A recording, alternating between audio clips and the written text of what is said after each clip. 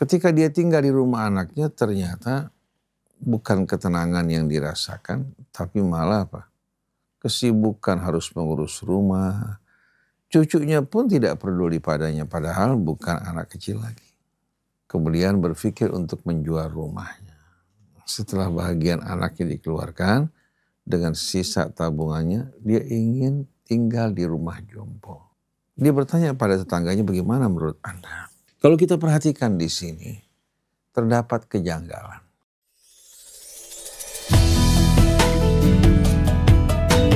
Hasil TV.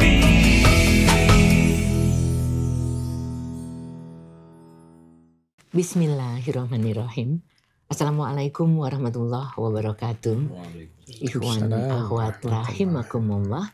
Alhamdulillah wa syukurillah kita dikaruniai kesempatan untuk bersama-sama kembali di acara Psikologi Keluarga yang mudah-mudahan mempersuasi dan memotivasi kita semua untuk bisa menjadi bagian-bagian yang tepat di dalam rumah tangga kita, di dalam keluarga kita, atau bahkan di masyarakat.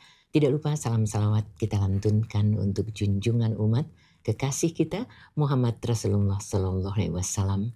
Semoga kelak kita mendapatkan syafaat dari beliau dan dapat bersama-sama dengan beliau di saat yang sangat kita rindukan di yaumil akhir. Insya Allah.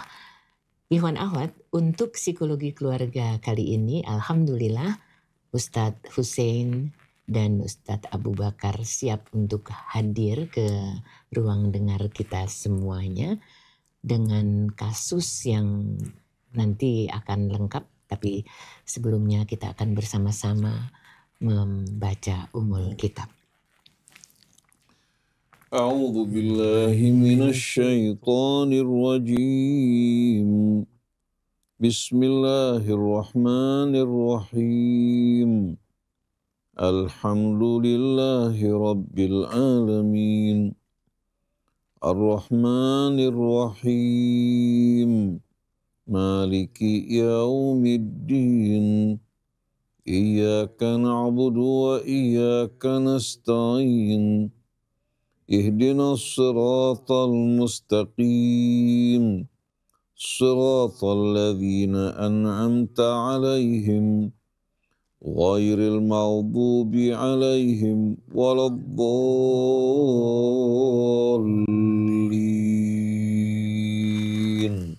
Amin. Alhamdulillahirabbil alamin. Jadi Ustadz, ada 3 kasus yang masuk di kesempatan kali ini. Yang pertama dari seorang tetangga yang peduli pada tetangganya yang sudah janda tinggal sendirian, yang diminta untuk tinggal bersama anaknya. Nah, ternyata anaknya itu dua-duanya kerja. Jadi di sana justru dia terbebani ngurus rumah, masak, cucu nggak ada yang peduli meskipun sudah bukan lagi balita. Akhirnya dia merasa lelah, dia ingin balik lagi ke rumahnya. Terus dia tanya, kalau rumah dijual, hasilnya setelah dibagi waris yang hak dia disimpan di tabungan, bisa tinggal di panti jompo yang berbayar kan? Pertanyaannya Ustadz, menurut Ustadz sebagai tetangga yang dimintai masukan, saya harus jawab apa ya? Oke, itu yang pertama Ustadz. Kemudian yang kedua, adik saya pria, dia mau menikahi gadis yang lain agama. Saat dinasehati, jawabannya, udahlah nanti lama-lama juga dia akan jadi muslimah, kan aku suaminya. Ini gimana Ustadz? Emang saya nikah beda agama? Oke, kemudian yang terakhir ini bisa jadi cukup panjang. Menjadi orang tua yang baik itu harus bagaimana? Banyak anak yang kehilangan peran ayah dan ibunya. Ayahnya gak terlibat pengasuhan, gak hadir karena kerja atau karena perceraian. Ayah yang tidak bertanggung jawab. Sementara sang ibu sendiri kerja juga, gak peduli pada kebutuhan fitrah anak. Ibu yang gak jadi contoh menyerahkan fitrahnya untuk mendampingi membesarkan anak kepada ART dari lahir sampai jelang dewasa. Gimana nih Ustadz? Jadi ayah dan ibu yang baik sesuai contoh Rasulullah yang sesuai dengan zaman ini. Mohon bimbingannya agar gak ada lagi anak-anak yang jadi korban. Itu 3 kasusnya. Bismillahirrahmanirrahim. Alhamdulillahi Rabbil Alamin. Hamdan kathiran tayyiban mubarakan fi kama yuhibbu Rabbuna wa yarda. Allahumma salli ala Muhammadin wa ali. Allahumma hdina subulas salam. Wa akhrijna minadh dhulumati ila nur. Wahdina ila siratikal mustaqim. Allahumma atina min indika rahmah wa alimna min ladunka ilman nafi'a wa anfa'na bima 'allamtana. Assalamualaikum ya Rasulullah. Assalamu alayna wa ala ibadillah salihin. Wassalamualaikum ayuhal ikhwatul mu'minun wal akhwatul mu'minat wa rahmatullahi wa barakatuh. Ikhwan akhwat yang dirahmati Allah. Hidup ini akan menjadi sulit, berat, bahkan gelap gulita apabila kita lupa kepada Allah. Dan hal ini telah ditegaskan Allah dalam Al-Quran, tepatnya dalam surah Taha. فَإِمَّا يَأْتِيَنَّكُمْ مِنِّي هُدًى فَمَنِ اتَّبَعَ هُدَايَ فَلَا يَضِلُّ وَلَا يَشْقَى وَمَنْ أَعْرَضَ عَنْ ذِكْرِي فَإِنَّ لَهُ مَعِيشَةً ضَنكًا وَنَحْشُرُهُ يَوْمَ الْقِيَامَةِ أَعْمَى قَالَ رَبِّ لِمَ حَشَرْتَنِي أَعْمَى وَقَدْ كُنْتُ بَصِيرًا قَالَ كَذَلِكَ أَتَتْكَ آيَاتُنَا فَنَسِيتَهَا وَكَذَلِكَ الْيَوْمَ تُنسَى. Kita kembali ke belakang. Ketika kakek dan nenek kita diturunkan ke bumi. Allah Subhanahu wa ta'ala mengingatkan mereka dan juga peringatan buat kita semuanya. Apabila petunjukku sampai pada kalian, siapa-siapa yang mengikuti petunjukku, dia tidak akan sesat jalan dan tidak akan menderita dan merana. Ini janji dari Allah. Waman a'rada an dzikri, tapi siapa yang berpaling dari peringatan dan pelajaran yang aku berikan kepadanya, dia melupakan aku. Fa inna lahu ma'isyatan dhanka, maka baginya tidak ada kehidupan kecuali kehidupan yang pengap, yang gelap, yang sempit dan susah. Wa nahsyuruhu yaumal qiyamati a'ma, dan di hari akhir nanti kami akan menghimpun dirinya dalam keadaan buta. Qala rabbi lima hasyartani a'ma wa qad kuntu basir. Dia berkata, wahai Tuhanku, kenapa engkau kumpulkan aku dalam keadaan buta padahal dulu aku melihat. Dijawab oleh Allah, qala kadzalika atatka ayatuna fanasitaha. Demikianlah keadaan kamu ini sesuai dengan perilaku kamu dulu. Waktu ayat-ayat kami sampai kepadamu sebagai petunjuk, kamu campakkan, kamu lupakan. Maka pada hari ini kamu termasuk orang yang dilupakan. Oleh karena itu melupakan Allah sedikit pun tidak merugikan Allah, tapi merugikan kita. Bersyukur kepada Allah dengan kita betul-betul mempergunakan nikmatnya dalam keridhaannya akan membuat nikmat yang Allah telah berikan kepada kita bertambah, berkembang dengan subur. Oleh karena itu menjawab beberapa pertanyaan yang tadi telah kita dengarkan. Yang pertama, seorang tetangga bertanya kepada temannya, saya sudah lanjut usia seorang janda. Tidak ada suami, maka saya menetapkan untuk berpindah ke rumah anak. Dia memiliki 2 orang anak yang sibuk masing-masing bekerja. Anaknya juga sudah memiliki anak, artinya wanita ini memiliki cucu. Ketika dia tinggal di rumah anaknya, ternyata bukan ketenangan yang dirasakan, tapi malah apa? Kesibukan harus mengurus rumah. Cucunya pun tidak peduli padanya, padahal bukan anak kecil lagi. Akhirnya dia berpikir untuk kembali ke rumahnya. Kemudian berpikir untuk menjual rumahnya. Setelah bagian anaknya dikeluarkan, dengan sisa tabungannya, dia ingin tinggal di rumah jompo. Dia bertanya pada tetangganya, bagaimana menurut Anda? Kalau kita perhatikan di sini, terdapat kejanggalan. Seharusnya orang tua ya dalam keadaan seperti ini dirawat oleh anaknya. Bukan berdiam di rumah jompo, tapi anak-anaknya harus memberikan perhatian kepada ibunya. Sebagaimana si ibu dulu merawat tanpa pamrih, mengasuhnya, menyusuinya, membesarkannya, yang tak mungkin dapat dibalas oleh seorang anak. Ini kesempatan bagi anak untuk menunaikan kewajiban dia sebagaimana yang diwajibkan oleh Allah. Wa qadha rabbuka alla ta'budu illa iyyah wa bil walidaini ihsana. Wa wassaynal insana biwalidayhi ihsana. Itu wanti-wanti dari Allah yang mengingatkan anak untuk bersikap baik terhadap kedua orang tuanya, mensyukuri kebaikan mereka, mendoakan mereka, bukan membiarkan orang tuanya di hari tua ya, kembali memikul beban yang berat. Bagi orang tua untuk merawat cucunya, memandang mereka satu hal yang indah. Tapi anak harus memberikan dukungan dan bantuan. Mengingatkan anak-anak tersebut untuk hormat pada neneknya. Memperhatikan juga neneknya. Akan menjadi penerang dan cahaya dalam rumah kalau ada seorang ibu. Tapi kalau si ibu sampai berpikir untuk berdiam di rumah jompo, padahal anak-anaknya ada yang seharusnya bertanggung jawab untuk mengurus orang tuanya. Mereka bisa bekerja, tapi di luar waktu bekerja kan mereka bisa memberikan perhatian pada ibunya. Mengingatkan anak-anaknya untuk menghormati neneknya. Apa yang dicontohkan orang tua pada anaknya itu yang akan diikuti. Tapi sayang, sungguh sayang, kehormatan ibu di tengah-tengah masyarakat kita telah hilang.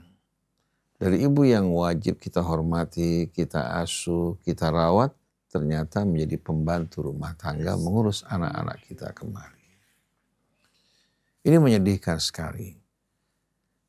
Apa yang terjadi menggambarkan anak-anak yang tidak mengenal kewajiban mereka pada orang tua mereka. Padahal hak orang tua apalagi ibu itu disebutkan langsung setelah hak Allah Subhanahu wa Ta'ala. Dalam berbagai macam ayat setelah perintah untuk kita bertauhid pada Allah sebagai ungkapan syukur kita, Allah ingatkan kita untuk bersikap baik kepada kedua orang tua kita, apalagi ibu kita. Allah juga ungkapkan dalam wasiat Luqman kepada anaknya. Dan Allah ingatkan kalau seandainya orang tua kamu memerintahkan kamu melakukan sesuatu yang tidak benar dalam agama, jangan taati mereka dalam hal tersebut, tapi tetap perlakukan mereka dengan baik dan mulia. Dalam satu riwayat, Nabi pernah berkata, sungguh rugi, sungguh rugi, sungguh rugi. Seorang memiliki orang tua yang sudah lanjut usia, tapi tidak dapat masuk ke dalam surga dengan keberadaan mereka. Padahal kalau dia bersikap baik pada orang tuanya, berbakti pada orang tuanya, surga sebelum dimasuki sudah terbuka dalam kehidupan dunia. Dia akan merasakan aromanya yang amat indah. Tapi dari kejadian-kejadian yang kita saksikan melalui apa yang ditayangkan oleh media sosial kita, mengenai perilaku anak pada orang tuanya, bahkan dengan tawa dan senyum menempatkan anaknya di rumah jompo. Karena enggan merawat ibunya yang dianggap menjadi beban buat dirinya. Ini betul-betul menggambarkan masyarakat yang telah kehilangan nuraninya. Kehilangan rasa rahmat, egois, mementingkan dirinya. Orang-orang seperti ini akan jauh dari rahmat Allah. Oleh karena itu kepada ibu yang ditanya, coba mengingatkan anak-anak dari ibu ini akan wasiat Allah Subhanahu wa Ta'ala. Tetapi seandainya anak-anak tersebut masih tidak menghargai Kalau ibu memilih di rumah jompo, dia harus siap dengan sendirinya. Tinggal di rumah jompo, dia banyak memiliki teman di tempat tersebut. Tapi dia akan kehilangan rasa cinta keluarganya. Jadi kalau ibu bisa bersabar, memberikan nasihat pada cucu-cucunya, begitu juga mengingatkan anaknya kepada Allah Subhanahu wa Ta'ala, insya Allah mudah-mudahan anak-anak tersebut akan sadar, begitu pula cucunya. Dan ini merupakan bahagian dari jihad ibu di jalan Allah. Dengan sisa-sisa hidup ibu bisa mengabdikan untuk memberikan nasihat yang baik buat anak-anak. Begitu pula bimbingan buat cucu-cucu. Tapi kalau ibu juga tidak bertahan, saya pikir daripada ibu menjual rumah, mendingan ibu tinggal di rumah ibu. Ibu tinggal di rumah ibu, ibu bisa mencari pembantu ya, yang mendampingi ibu. Sekali-sekali anak-anak cucu datang dan ibu tinggal di rumah, ibu punya kehormatan. Punya kehormatan, punya istana. Tapi kalau ibu tinggal di rumah jompo, ibu kehilangan semua. Kehilangan juga rasa hormat ya, dari anak-anak ibu. Mungkin mereka beranggapan bahwa ibu akan menjadi beban buat mereka. Dengan tabungan ibu, berapa lama ibu akan tinggal di rumah jompo. Jadi sebaiknya jangan jual rumah, ibu tinggal di rumah ibu, kemudian cari pembantu atau teman yang bisa mendampingi ibu di rumah. Dan saya yakin walaupun bukan dari anak-anak kita, kita bisa mendapatkan saudara-saudara yang baik. Apalagi dengan tetangga juga yang peduli. Ada pepatah Arab mengatakan rubba akhin lam talid fa ummuk. Terkadang kamu memiliki saudara atau saudari yang bukan lahir dari rahim ibu kamu. Perhatian, peduli terhadap kita. Karena bermasyarakat, bertetangga jauh lebih nikmat daripada tinggal di rumah jompo. Akhirnya ibu kehilangan juga semangat hidup. Teman-teman di sekeliling ibu orang-orang yang lemah dan sakit. Akhirnya lama-kelamaan ibu tertular keadaan mereka. Jadi sebaiknya jangan jual rumah tapi tinggal di rumah ibu sebagaimana keadaan ibu. Dan insya Allah ibu akan menjumpai teman-teman saudara yang lebih baik lagi. Adapun pertanyaan yang kedua, seorang memiliki saudara laki-laki yang mau menikah dengan orang yang berbeda agama. Lalu ditegur oleh saudari perempuannya. Dia mengatakan bahwa nanti juga dia akan berubah. Masuk ke dalam Islam. Saya kan suaminya. Sikap menyepelekan ini berbahaya sekali. Berapa banyak orang-orang yang rumah tangganya akhirnya mengalami kerusakan. Anak-anaknya juga tidak jelas agamanya. Akhirnya menjadi tanggung jawabnya di hadapan Allah Subhanahu wa Ta'ala. Pada masa Nabi dulu, pria muslim dibolehkan menikah dengan al-muhsanat dari kalangan ahli kitab. Wanita-wanita muhsanat yang menjaga kesuciannya, kehormatannya dari kalangan ahli kitab. Dengan sendirinya juga, dia ahli kitab yang tidak musyrik mempersekutukan Allah. Kata muhsanat di sini wanita yang dijaga. Karena kalau dia musyrik, ini beresiko buat anak-anaknya. Karena di antara ahli kitab ada yang tidak mempersekutukan Allah. Contohnya orang-orang Yahudi, ya, mereka tidak mempersekutukan Allah. Kecuali sebagian kecil dari mereka. Tapi kalau wanitanya mempersekutukan Allah dengan imannya, keyakinannya, dengan sendirinya kan berpengaruh terhadap siapa? Berpengaruh terhadap anak-anak. Apalagi pengaruh ibu terhadap anak itu luar biasa kuatnya. Sedangkan yang ibunya saja dari apa? Dari kalangan wanita muslimah saja. Belum tentu anaknya menjadi seorang muslim atau muslimah yang baik. Apalagi dikala ibunya berbeda agama. Jadi dia mengatakan dan menggampangkan nanti juga akan berubah. Saya menemukan justru dari pengalaman saya. Wanita-wanita yang menikah dengan pria muslim hanya didasari oleh cinta, ternyata si wanita mempertahankan keyakinannya, enggan untuk berpindah agama, apalagi setelah menjadi istri, dia merasa punya kekuatan, malah dia ingin mempengaruhi suaminya supaya apa? Ikut dirinya. Dia bisa saja ya, bisa saja apa? Dia pergi meninggalkan rumah bersama anaknya, lalu dia berkata pada apa? Pada suaminya, kalau mau ikut saya, kita kembali. Kalau tidak, kita berpisah. Dan ini saya alami sendiri. Satu orang laki-laki, ya, ketika dia pulang ke rumah, istrinya berangkat menuju ke Belanda bersama anak-anaknya.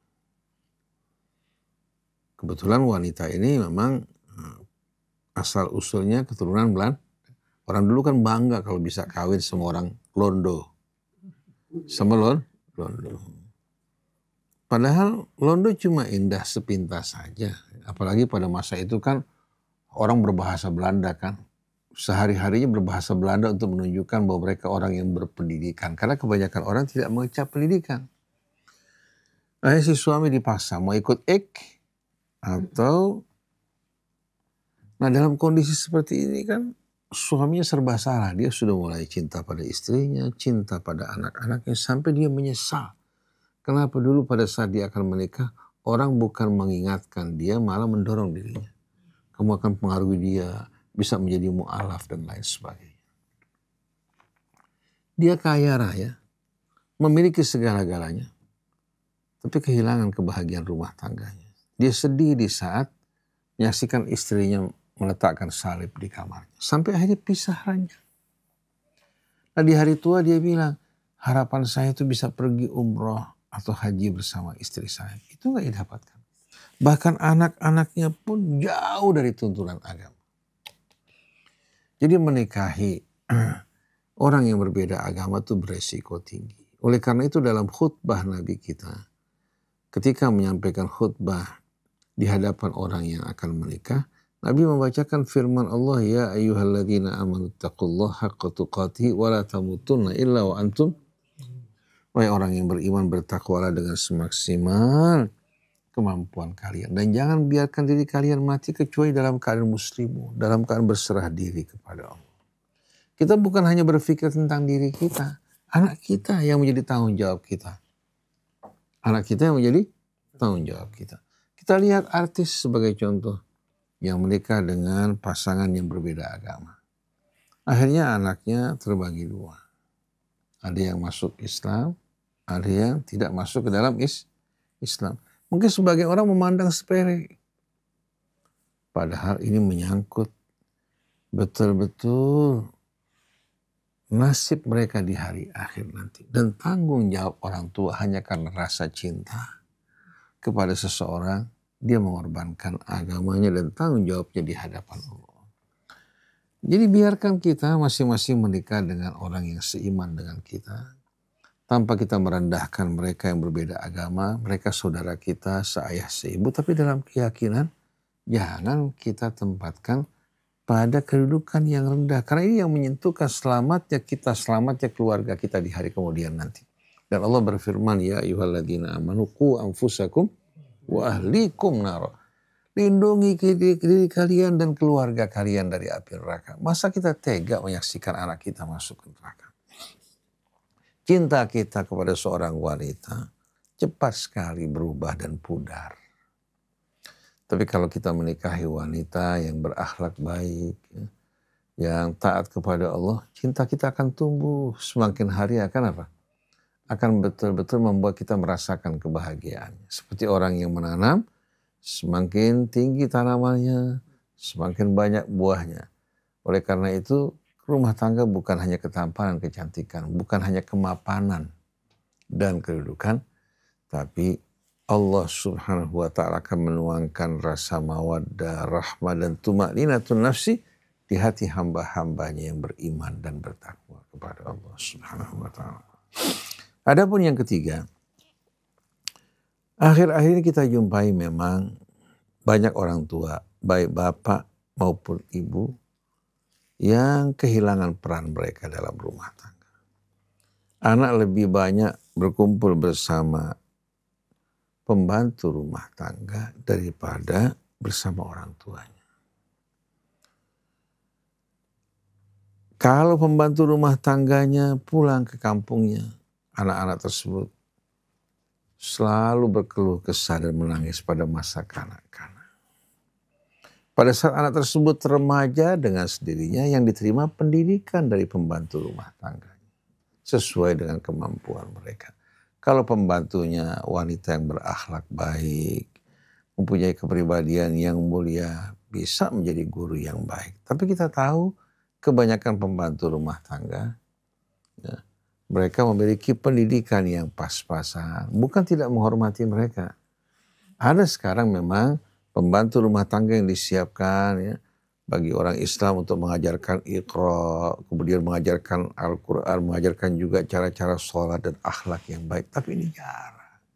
Seandainya ada pun, pasti agak tinggi pembayarannya. Tidak mampu untuk dimiliki oleh setiap orang. Dan seandainya ada pun, tidak mungkin bisa menggantikan peran orang tua. Karena di hati seorang anak itu, orang tua itu menjadi idola. Oleh karena itu anak mencontoh mengikuti orang tuanya, ayah ibunya pada masa kanak-kanak walaupun perbuatan mereka salah. Sebelum akal mereka berkembang, mereka akan menganggap orang tua mereka yang terbaik. Jadi seandainya orang tuanya suka berbicara bohong, berbicara besar, anak menganggap apa yang dilakukan orang tuanya merupakan hal yang benar. Hingga anak tersebut tumbuh dewasa, berakal pada saat dia sudah bisa membedakan antara benar dan salah, baik dan buruk, ternyata keburukan telah mengakar dalam dirinya. Tidak gampang untuk dirubah. Oleh karena itu, pengabaian orang tua dalam mendidik anaknya akan menjerumuskan mereka ke dalam tanggung jawab yang besar. Oleh karena itu dalam riwayat, orang tua katanya sudah siap masuk ke dalam surga. Tapi ternyata dihujat oleh anak-anaknya. Akhirnya diseret kembali, ternyata orang tua tersebut telah mengabaikan kewajiban dia untuk mendidik anak-anaknya. Dia sibuk beribadah kepada Allah, tapi dia lupakan kewajiban untuk mendidik anak-anak. Oleh karena itu dalam kehidupan rumah tangga, hendaknya seorang suami menjalankan kewajibannya terhadap istrinya sebelum dia menuntut haknya. Begitu juga istri menunaikan kewajiban pada suaminya sebelum menuntut haknya. Dengan masing-masing menjalankan kewajibannya akan tercipta suasana yang harmoni.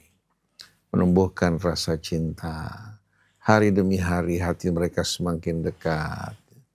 Kemudian kedua-duanya menjalankan kewajibannya pada anak-anaknya. Secara bergilir, memantau, memberikan nilai-nilai yang baik yang menjadi contoh. Mereka menjaga diri mereka untuk tidak membiarkan anak mereka mencontoh hal yang buruk pada mereka. Jadi bukan hanya dengan kata-kata, tapi orang tua betul-betul membiasakan dirinya dengan nilai-nilai baik yang akan menjadi contoh buat anak. Oleh karena itu pepatah Arab mengatakan lisanul hal afsah min lisanil maqal. Apa yang disaksikan oleh anak, yang dilihat, itu lebih kuat pengaruhnya daripada apa yang diucapkan orang tua. Jadi orang tua harus betul-betul menjadi contoh buat anak-anaknya. Kalau dia ingin anak-anaknya betul-betul memperhatikan sholat mereka, orang tua harus terdepan dalam memberikan contoh. Dari mulai kanak-kanak, anak diingatkan untuk menjalankan kewajibannya pada Allah. Seperti yang Allah perintahkan, wa'mur ahlaka bis-sholati wastabir 'alaiha. Perintahkan anak-anak kamu, keluarga kamu untuk mendirikan sholat dan sabar dalam hal ini. Artinya apa? Diperintahkan kita dengan lemah lembut, bersabar mengingatkan mereka untuk melaksanakan kewajiban mereka pada Allah. Dan yang penting, pertama-tama ditanamkan dalam hati anak-anak kita adalah Allah. Allah Subhanahu wa ta'ala apabila terdapat di hati anak-anak kita, insya Allah akan menjadi nur yang menerangi kalbunya. Akan menjadi nur yang menerangi apa tujuan hidupnya, kewajiban dia pada Allah, kewajiban dia kepada orang tuanya. Dimulai dari apa? Dari nur yang menerangi jiwanya, yaitu Allah. Bukan seperti kebanyakan orang lebih memperhatikan pendidikan-pendidikan yang lain Kalau diingatkan untuk mengingatkan kewajibannya pada Allah, nanti kalau sudah besar juga dia akan sadar. Ini salah besar. Oleh karena itu, yang pertama-tama ditanamkan dalam hati anak kita adalah mengenal Allah, mencintainya, mensyukurinya dan mengagungkannya. Begitu anak mengenal Allah, mensyukurinya, menghormati, mengagungkannya, maka Allah akan memudahkan semua urusan orang tuanya. Allah juga akan memudahkan anak tersebut untuk meniti jalan menuju kemuliaan. Jadi pertama-tama perkenalkan anak kita kepada Allah. Ceritakan mengenai rahmat Allah, kasih sayangnya, kebesarannya, keagungannya. Kemudian ajak dia untuk mendirikan sholat. Kemudian ingatkan bahwa sholat ini merupakan amalan yang paling mulia. Karena dia menghubungkan kamu tanpa perantara langsung dengan Allah Subhanahu wa ta'ala. Buat dia mencintai sholatnya, karena pada saat dia sholat langsung dia berhubungan dengan Allah Subhanahu wa ta'ala. Begitu hatinya diterangi oleh kecintaan pada Allah, menjaga hubungan sholatnya, itu automatically Allah akan membuka pintu hidayah baginya. Walladzina tadaw zadahum huda. Karena kalau tidak, walaupun anak tersebut kita sekolahkan dalam tahfidz Quran, belajar ilmu pengetahuan agama, katakan baik di Saudi Arabia ataupun di Al-Azhar, tapi hatinya tidak sama sekali tertanam kecintaan kepada Allah, rasa hormat kepada Allah, kebesaran dan keagungannya, semua yang didapatkan akan sia-sia, tak berguna. Saya teringat dalam satu wawancara televisi. Wawancara televisi kebetulan mewawancarai seorang wanita berkulit hitam bersama anaknya yang masih kecil. Anak tersebut mencintai sholat. Mencintai sholat, kalau masih kanak-kanak. Juga gemar dia berdoa kepada Allah.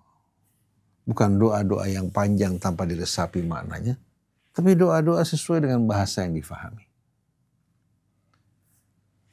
Lalu si ibu ditanya, bagaimana kamu mendidik anak kamu bisa seperti ini?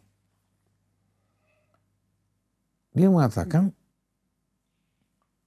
anak saya pernah satu kali bertanya kepada saya, kenapa kita harus berdoa kepada Tuhan?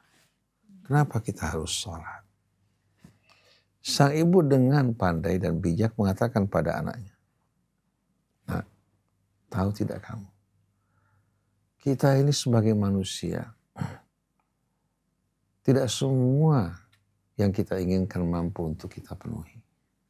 Kita sebagai manusia lemah, tidak berdaya, mudah terkena penyakit. Ya. Sebagaimana yang kamu lihat, kemampuan ibu sebagai seorang wanita, bisakah memenuhi semua kebutuhan kamu dengan usaha ibu? Dikala kamu jauh dari ibu, siapa yang menjaga kamu? Tidak mungkin ibu bisa menjaga kamu. Dia jelaskan bagaimana kelemahan manusia. Tapi kita memiliki apa? Memiliki tempat bagi kita untuk memohon berlindung. Di saat kita mohon padanya, dia akan kuasa untuk memenuhi semua yang kamu inginkan. Dengan cara kita berdoa kepada Allah Subhanahu wa ta'ala melalui sholat. Kita mohon kepada Allah Subhanahu wa ta'ala. Dia akan memenuhi apa-apa saja yang kita inginkan. Hingga ibu bisa memberikan untuk kamu apa yang kita inginkan. Bisa juga memberikan biaya pendidikan kamu. Jalan satu-satunya hanya kita minta kepada Allah yang menciptakan kita. Yang merawat kita, yang mengasuh kita dengan kata-kata yang amat indah menumbuhkan rasa cinta di hatinya pada Allah dan kerinduan. Hingga anak ini semenjak kecil, di saat dia berdoa dengan bahasanya, betul-betul doa yang mengungkapkan apa yang diinginkan dirindukan. Bukan doa-doa yang diajarkan dalam buku-buku tanpa diresapi maknanya. Jadi dia mulai kecil dididik untuk berkomunikasi dengan Allah. Kamu punya kebutuhan apa-apa, ibu tidak mampu untuk memberikan kamu. Mari kita berdoa bersama-sama. Lama-kelamaan hatinya di saat butuh sesuatu, minta kepada Allah. Jadi jangan kita membuat sholat kita hanya rutinitas yang kering kerontang. Tapi jadikan sebagai apa? Komunikasi seorang hamba dengan Tuhannya yang maha kuasa, yang maha pengasih, yang maha penyayang. dan tidak akan menolak permohonan kita. Jadi yang pertama ditanamkan di hati anak kita adalah Allah. Perkenalkan Allah kepadanya. Jangan kamu menggambarkan Allah bagikan hantu yang menakutkan. Tapi Tuhan yang maha pengasih lagi maha penyayang. Jangan sebentar-sebentar adab, siksa neraka. Sebentar. Padahal kita tahu dalam Al-Quran, kabar gembira itu lebih banyak daripada peringatan. Peringatan itu sebagai rem. Kabar gembira sebagai pendorong bagi kita semua. Diperlukan adanya rem. Supaya kita berhati-hati. Karena kalau seorang memiliki kendaraan walaupun canggihnya bagaimana, memiliki gas yang baik, kecepatan tinggi, kalau tidak memiliki rem beresiko tinggi. Jadi ketakwaan yang menjaga dirinya. Tanamkan, tumbuhkan di hatinya rasa cinta, rasa rindu, rasa hormat kepada Allah walaupun dalam kesendirian. Dan dimulai dari contoh dan perilaku kita. Maka Bapak Ibu, jangan hanya berpikir untuk memenuhi kebutuhannya, memenuhi tabungannya, tapi hendaknya dia berpikir bagaimana dia bisa memberikan pendidikan yang baik buat anaknya. Memberikan bekal bagi masa depan yang bukan bekal materi yang mudah sekali berakhir dan habis, tapi bekal iman, keyakinan. Walaupun Bapak Ibu tidak meninggalkan apa-apa, tapi dia memiliki bekal yang kuat dan keyakinan yang kokoh. Mudah-mudahan sedikit ini bermanfaat bagi kita semua, terutama bagi saya pribadi. Untuk selalu betul-betul kita merindukan Allah. Dan kembali kepadanya dalam segala hal sebelum kita dikembalikan pada saatnya. Wallahu a'lam. Masya Allah. Jadi ikhwan akhwat, ada tanggung jawab yang tidak bisa kita abaikan terkait dengan buah hati kita. Semuanya yang kita dengar tadi dari Ustadz Hussein bisa jadi juga nampar apakah kita sudah melakukannya atau belum. Tapi mudah-mudahan belum terlambat ya. Kita akan dengar juga apa kata Ustadz Abu Bakar Baraja terkait dengan 3 hal yang kita bahas ini. Silakan. Bismillahirrahmanirrahim. Assalamualaikum warahmatullahi wabarakatuh. Waalaikumsalam warahmatullahi wabarakatuh. Alhamdulillah. Begitu Ghafurur Rahim.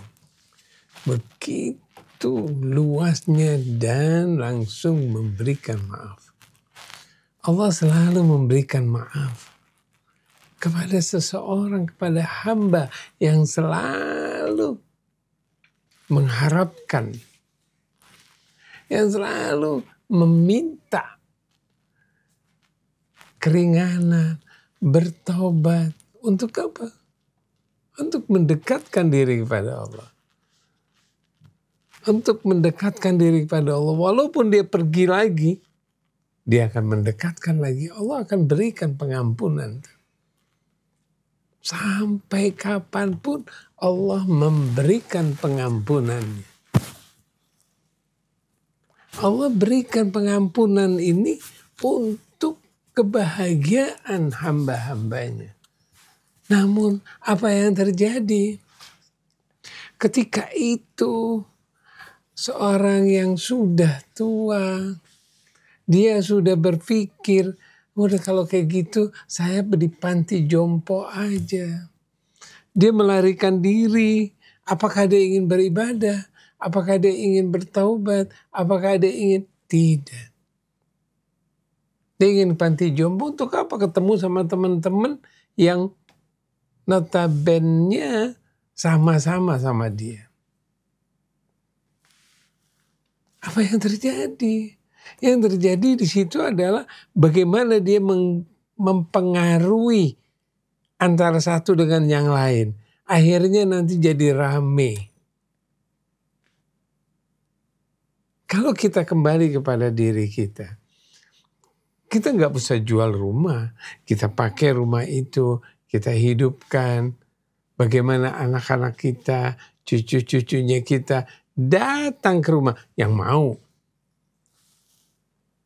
Yang mau. Yang tidak mau, ya udah biarkan dia. Jadikan dirinya adalah dirinya. Dia harus punya keyakinan bahwa dia dekat dengan Allah. Dan dia bersama dengan masyarakat, tetangga dan semuanya insya Allah akan lebih dekat.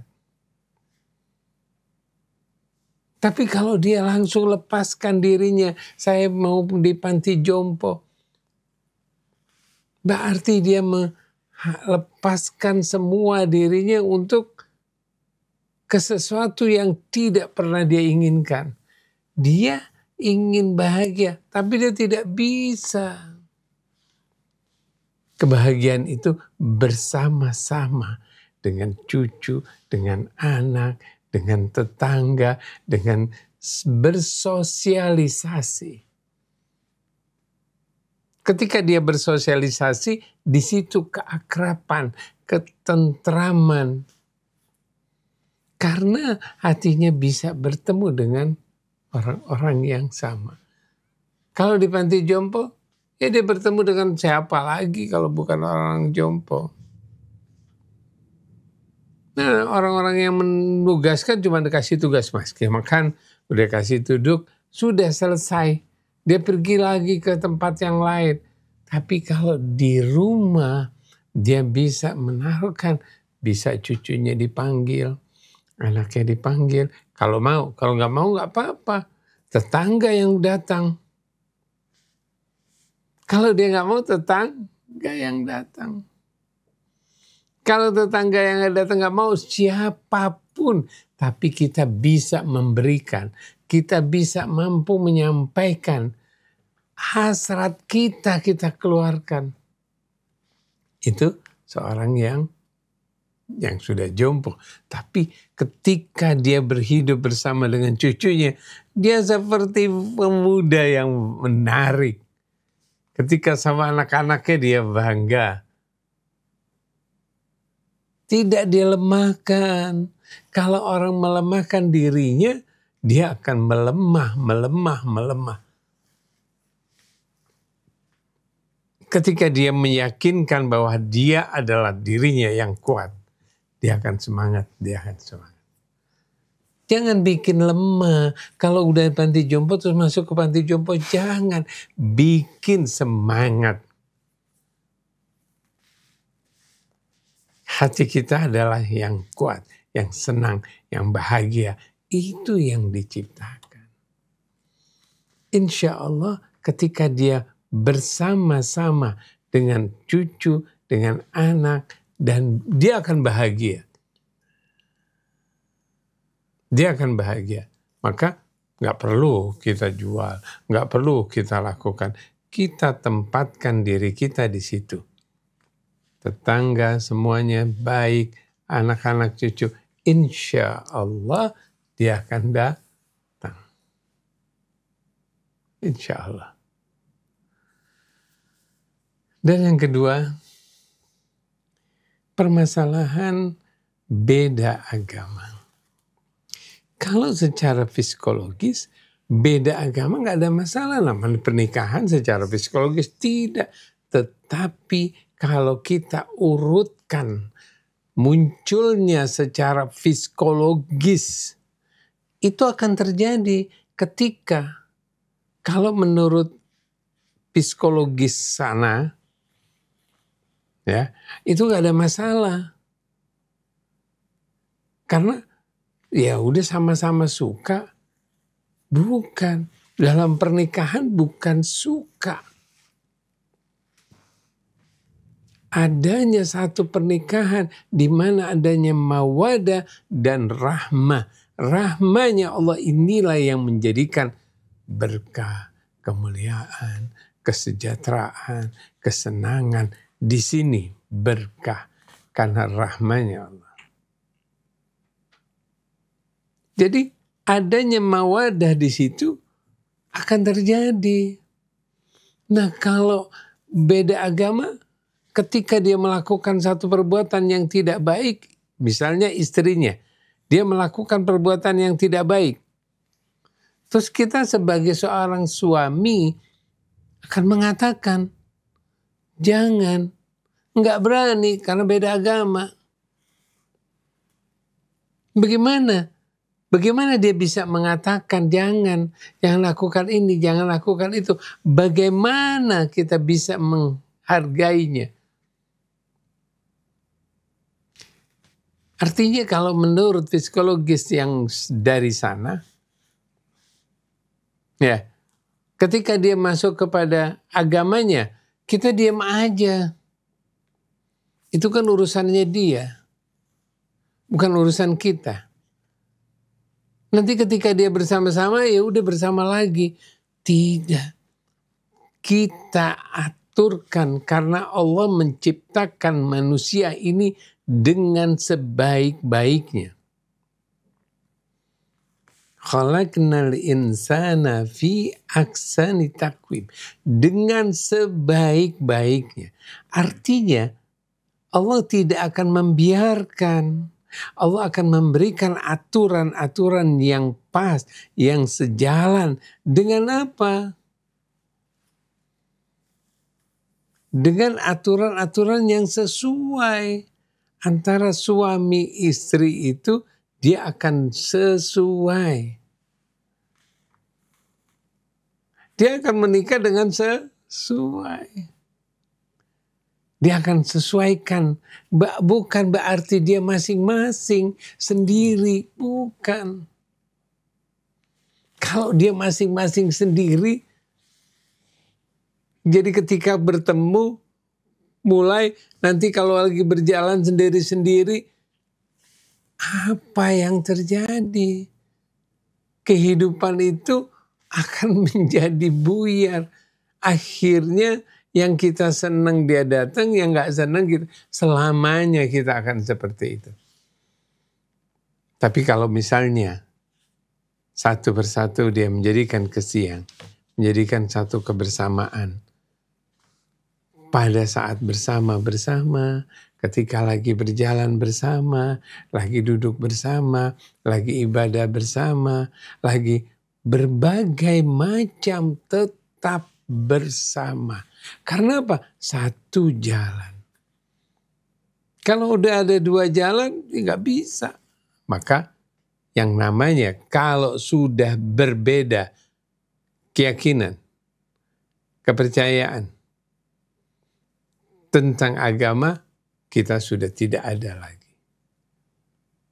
Tidak akan pernah akan ada, walaupun gantengnya seperti kayak apa, yang bagaimana menariknya, itu hanya merupakan sekejap. Cuman sekejap. Nanti ketika kita lagi nggak enak nih, ada dia nggak enak itu, akhirnya jadi rendah lagi. Oleh karena itu, fokuskan dengan agama yang satu, sejalan. Jangan bilang ntar udah, kalau misalnya, dia mau masuk Islam, nanti dia akan masuk Islam, dia akan taat. Ketika dia senang sama kita, dia mau masuk Islam. Sudah masuk Islam, dia akan keluar lagi. Jadi gimana? Kan udah nikah secara Islam. Saya udah nikah secara Islam, sekarang saya mau Kristen. Itu permainan banyak yang terjadi. Banyak yang terjadi. Jadi ketika kita senang sama seseorang, kalau dia beda agama, kita putus. Kita katakan tidak. Saya mau masuk Islam. Karena dia mau masuk Islam karena saya, bukan karena Allah. Bukan karena Allah. Karena saya. Nggak bisa. Masuk Islamnya karena saya. Nanti ketika saya udah nggak enak, dia lepas lagi. Ya, banyak. Lagi bersama-sama terus Islam. Begitu dia meninggal, yang lagi meninggal langsung dia keluarkan. Dia masuk ke agamanya lagi. Coba kita perhatikan. Akhirnya anaknya ada yang satu kepada Kristen, ada yang Islam. Kita nggak tahu apa yang terjadi. Itu efek dari pertama kita ngambil. Oleh karena itu, ketika pertama kali bertemu dengan seseorang Kristen, katakan tidak. Walaupun kita sayang, senang, kita lihat aja. Kita hanya melihat, tapi untuk bersama tidak. Yakinkan pada diri kita. Oke, yang ketiga. Nah, ini permasalahan hidup, bagaimana kehidupan. Seorang yang anaknya berpisah, anak dibiarkan, dilepaskan, kita tidak tahu. Orang tua bekerja, kedua-duanya bekerja, dititipkan kepada pembantu. Dan pembantu itu berganti-ganti. Dan dia tidak tahu. Ya, nah kita perhatikan dulu anak yang lepas dari orang tuanya. Anak yang lepas dari orang tuanya. Dia lepas. Dia lepas dari didikan, arahan orang tuanya. Kalau dia tidak mendapatkan arahan dari seseorang, maka dia akan lepas, dia hilang. Sejak kecil ada orang yang mampu menangkap ketika dia kelihatannya sudah enggak benar, dipegang. Ketika di sekolah, waktu dia sekolah, dia bertemu dengan seorang guru yang baik, insya Allah dia akan jadi baik. Walaupun orang tuanya bekerja. Ini kita masih dalam kategori bahwa gurunya mampu memberikan pelindungan, melindungi anak itu. Berbagai macam perlakuan anak itu diikutin, diarahkan sama si guru. Tetapi ada kesan yang dimana ada orang tua, dia ingin berlindung. Dia ingin berlindung. Malam pulang dia ingin berlindung. Mamanya udah kecapean. Ayahnya udah kecapean. Masing-masing pada kecapean. Dia anak-anaknya cuma ngelihat saja. Tapi hatinya berdekatan, kelekatan. Ingin tahu. Tapi dia dapatkan dari gurunya. Insya Allah dia akan menjadi orang baik. Kalau dia nggak mendapatkan gurunya, misalnya dia dapatkan orang-orang yang tidak benar, maka dia tidak akan menjadi benar. Jadi sekarang bagaimana? Siapa yang mau? Banyak yang mau, tapi kita tidak tahu. Aduh ini anak orang, ini anak orang. Selalu seperti itu. Kembali kepada permasalahan yang terjadi. Ketika seorang tua yang dimana orang tua itu pergi kerja, ibu bapaknya bekerja, pulang dengan capek, dengan lelah, terus begitu, perhatikan dalam weekend atau pada masa liburan, bukan 24 jam bersama anak, tidak. Berikan sama anak, berikan istirahat, berikan bersama dengan anak-anak, berikan istirahat. Ketika pulang kerja, begitu senangnya kita bertemu dengan anak. Begitu kita pulang kerja, kita lepaskan pekerjaan kita. Kita berhadapan dengan anak. Kita berhadapan dengan anak. Kita lindungi, kita arahkan. Minimal 20 menit. Kita bersama dengan anak-anak 20 menit saja. Itu sudah menjadikan anak itu menjadikan besar. 20 menit kita bisa berjalan, bergerak bersama, bermain, berlompat, main tendangan bola, main macam-macam yang kita lihatkan, main boneka, main apa. Insya Allah cuma 20 menit. 20 menit itu kita bersama selesai. Terus sudah capek, sudah istirahat, dudukan, sambil nonton, sambil berkata, bercerita, atau anak itu mengungkapkan, kita dengerin, kita sambil ngantuk-ngantuk, sambil kita istirahat. Cuma 20 menit waktunya. Apakah kita tidak mampu? Daripada kita tinggalkan, daripada kita masa bodoh, kita nggak tahu apa yang terjadi. Tidak, 20 menit. Pulang dari kantor, kita ketawa, kita sedikit, kita main, bilangin mama mau ganti baju dulu. Setelah mama mau ganti baju, setelah ganti baju, yuk kita bermain. Ketika masa anak-anak adalah masa bermain. Ketika dia diajak bermain, dia senang sekali. Ketika dia senang, dia bergembira. Itu cuma 20 menit. Cuma 20 menit. Apakah kita mengalami kesusahan dalam 20 menit? Tidak. Insya Allah kalau kita menyadari bahwa kita punya anak, insya Allah kita tidak lepas dari 20 menit.